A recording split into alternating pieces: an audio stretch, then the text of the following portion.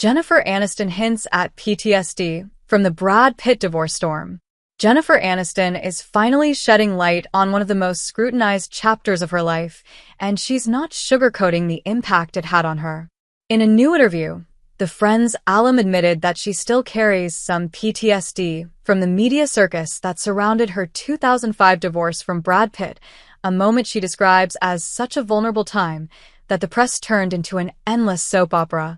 Back then, Pitt had just finished filming Mr. and Mrs. Smith with Angelina Jolie, sparking rumors of an on-set romance.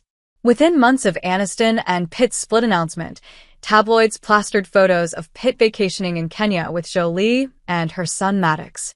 The so-called love triangle became one of the biggest celebrity scandals of the decade, with every detail dissected in headlines, gossip shows, and magazine covers.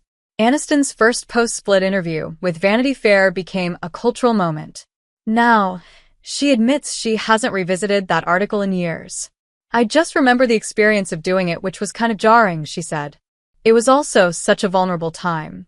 But yeah, that was one for the memoirs." Looking back, she says the mid-2000s tabloid world was relentless. "Journalism back then felt more like a form of a sport," she reflected. "There's obviously some PTSD we all have, which is why interviews scare me."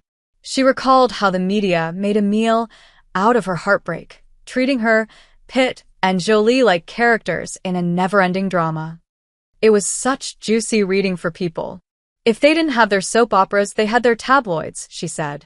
Her survival approach at the time? Just pick yourself up by the bootstraps and keep on walking, girl. But even with that determination, the emotional toll was real. "I didn't have a strong enough constitution to block out the endless speculation," Aniston admitted. "We're human beings, even though some people don't want to believe we are. They think you signed up for it, so you take it. But we really didn't sign up for that." Aniston and Pitt had been Hollywood's golden couple since meeting on a blind date in 1998, marrying in 2000, and appearing inseparable, at least until the rumors began. Their January 2005 joint statement painted a picture of mutual respect, but the photos of Pitt and Jolie months later told the press a juicier story, one they wouldn't let go for years. Life eventually moved on for both. Pitt married Jolie in 2014, but the pair split in 2016 amid a highly publicized custody battle.